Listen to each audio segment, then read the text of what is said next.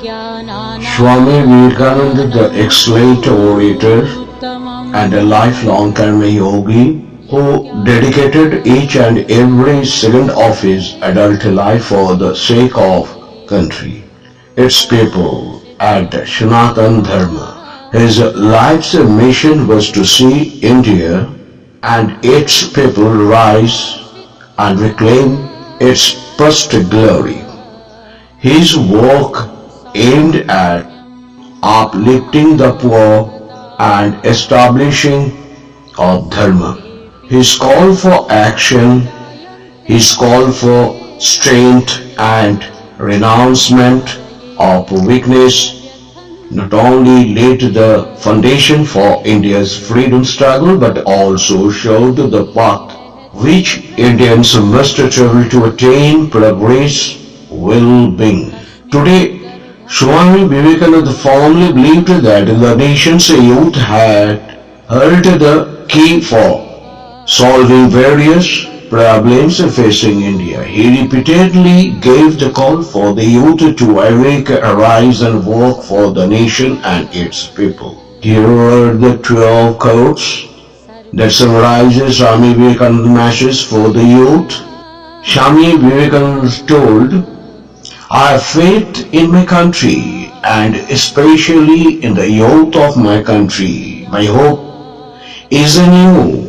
With an immense amount of feeling and enthusiasm in blood will come heroes who will march from one corner of the earth to the other, preaching and teaching the eternal spiritual truth of our forefathers. What I want is muscles of iron and nerves of steel, inside of which dwells a mind of the same material as that of which the thunderbolt is made. Now for that I want young men. It is the young, the strong and healthy of sharp intellect that will reach the Lord, say the Vedas. This is the time to decide your future while you possess the energy of youth, not when you are worn out and jaded, but in the freshness of vigors of youth. Walk, this is the time for the freshest and untouched and unsmelled flowers alone are to be laid at the feet of the Lord. As such, he receives, arouse yourselves, therefore all life is short. Further he told, and here is the test of truth. Anything that makes you weak physically, intellectually and spiritually, reject as poison. There is no life in it. It cannot be true. Truth is strengthening. Truth is purity. Truth is all knowledge. Truth must be strengthening, must be enlightened, and must be invigorating. First of all, our young men must be strong. Religion will come afterwards. Be strong, my young friends. That is my advice to you. You will be nearer to heaven through football than through the study of the Gita. These are bold words, but I have to say them, for I love you. You will understand the Gita better with your biceps. Your muscles a little stronger. You will understand the mighty genius and the mighty strength of the Krishna better with a little of strong blood in you. Where are the men? That is the question. Will you respond to all the call of your nation? Each one of you has a glorious future if you dare believe me. Have a tremendous faith in yourselves like the faith I had when I was a child. And when I am working out now, have the faith, each one of you, in yourself, that eternal power is lost in every soul, and you will revive the whole of India. All power is within you. You can do anything and everything. Believe in that. Do not believe that you were weak. Do not believe that you were half crazy, lunatic, as most of us do nowadays. You can do anything and everything without even the guidance of anyone. Stand up and praise the divinity within you.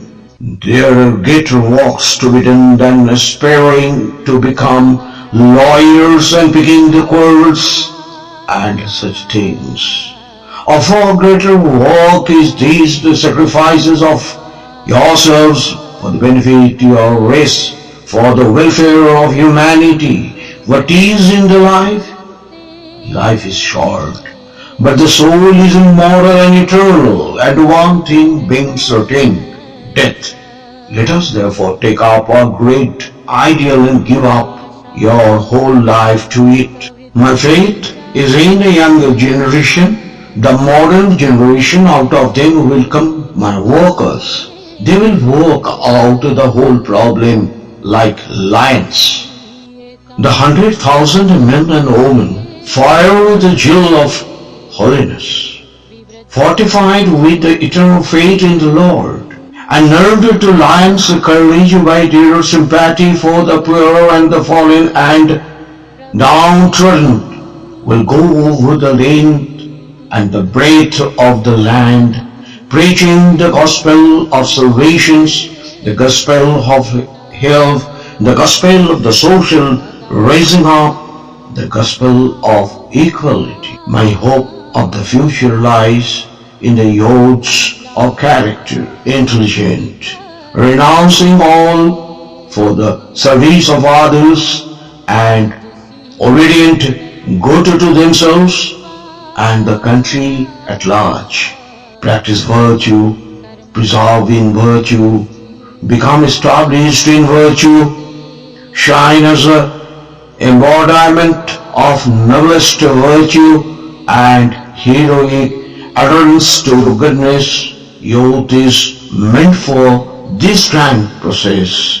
Youth life is the active development and fulfillment of these processes.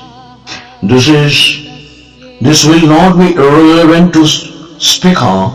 The concept of self-confidence is commonly used as self-assurance in one's personal judgment, ability, power, etc., etc. One's self-confidence increases from experiences of having satisfactorily completed particular activities.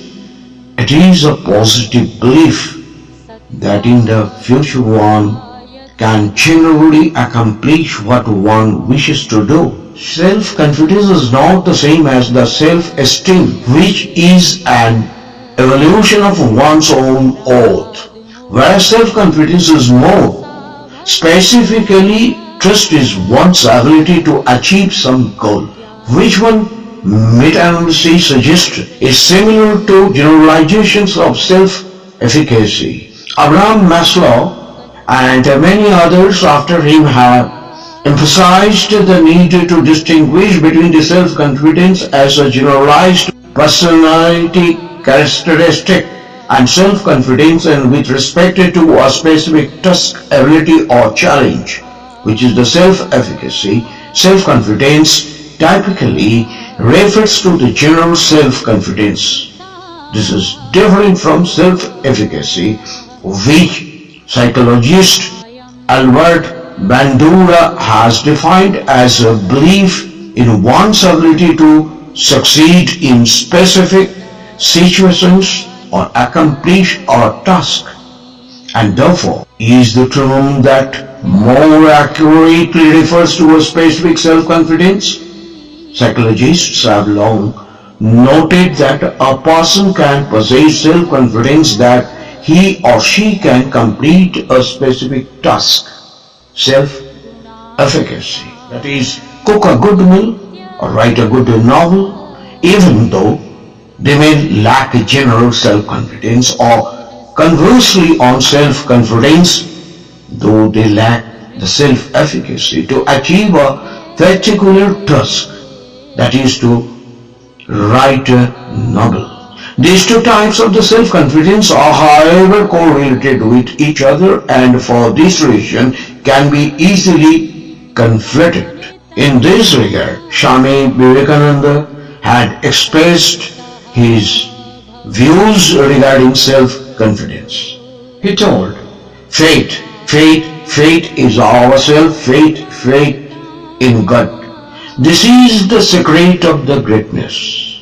If you have faith in all the 330 millions of your mythological gods and still have no faith in yourself, there is no salvation for you. He is an atheist who does not believe in himself. The old religion said that he was an atheist who did not believe in God. The new religion says that he is an atheist who does not believe in himself.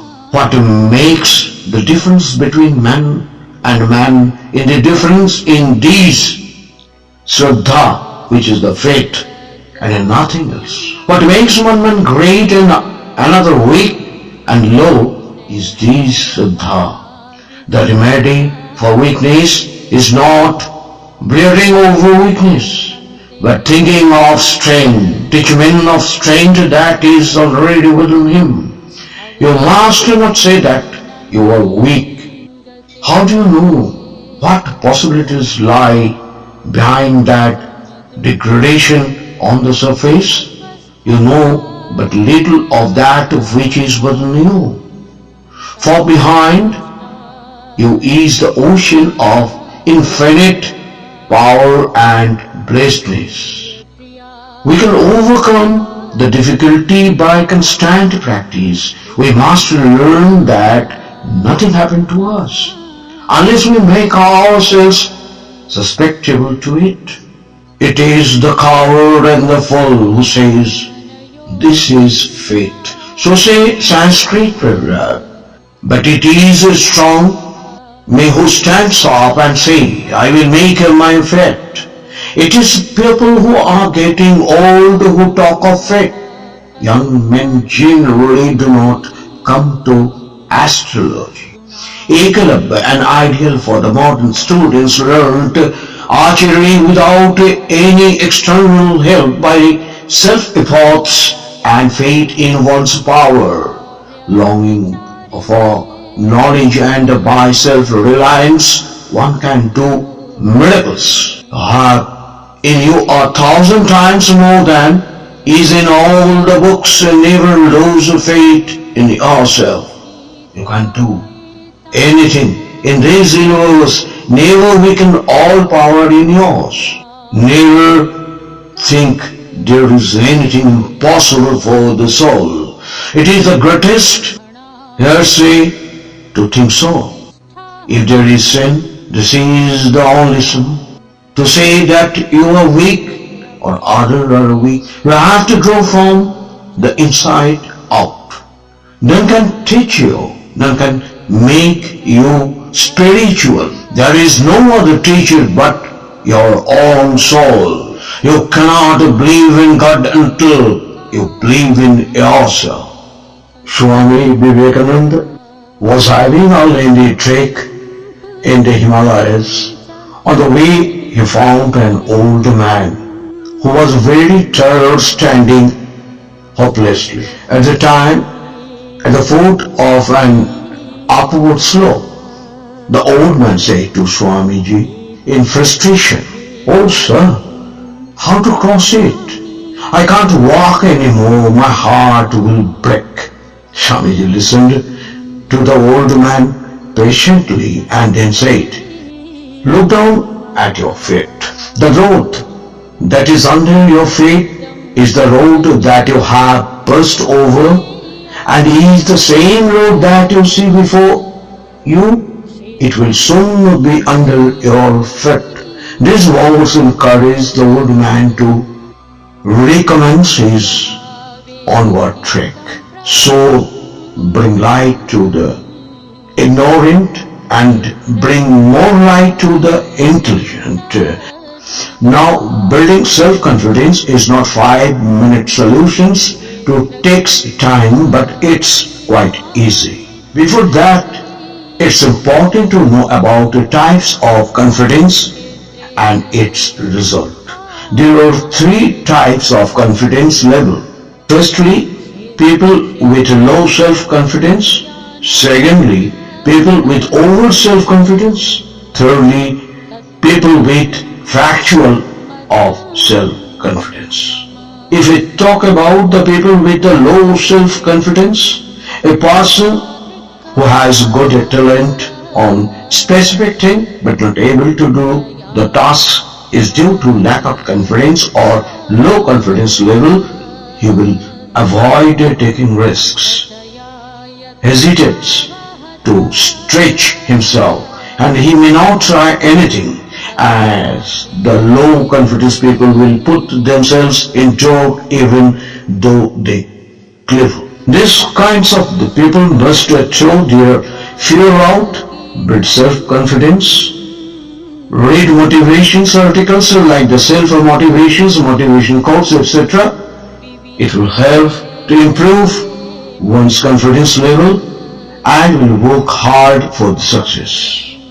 If we talk about the people with over self-confidence, when it comes to overconfidence people, he takes too much risk, stresses himself beyond his capabilities. They never takes other suggestions and they think that he is the only person capable to do it, then they hit badly. This kind of people will have self-conceit too. Lastly, the people with the factual self-confidence, getting the right amount of the confidence in your mind. Right amount of the confidence is important for true success.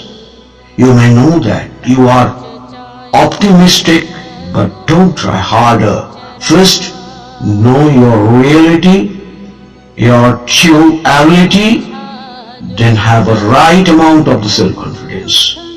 Now take a contingent risk, stress yourself, but not away from your ability and try hard to succeed. These kinds of the self-confident people will have control in their lives. They believe that with visions and they are able to do what their desires, plans and expectations. Having self-confidence, it's not meaning that the person will be clearer to everything. Self-confidence persons have expectations that are truthful. Though when some of their expectations is not happened, they never give up. They just carry on being positive. Now to connect with the inner self, talk to yourself at least once a day.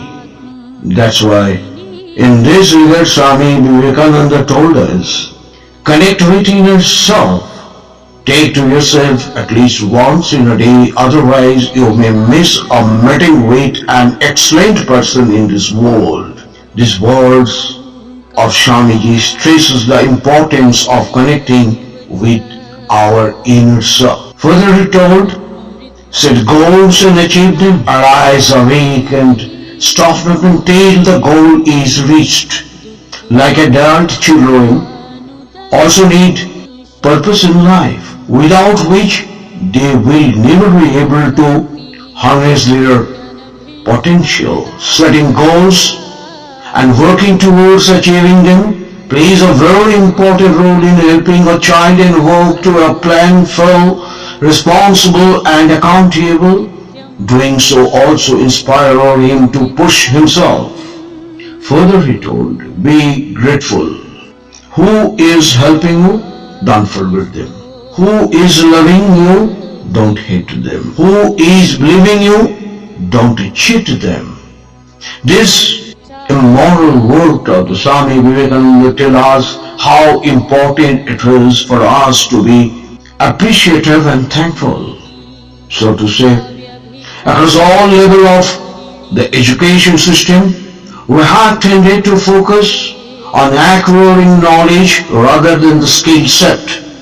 But there is a fundamental difference between the two.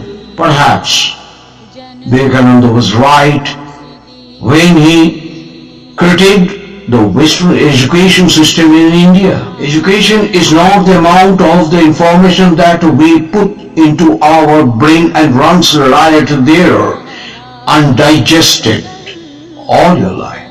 When put into use, it will be the biggest tribute to Vivekananda if India finally succeeds to reap full benefits of its unique demographic dividend. That's for the day. Thank you. Thank you for listening. ज्ञात्वामृतम् अश्नुते अनादिमत्परं ब्रह्मणा तत् नासत् उच्यते।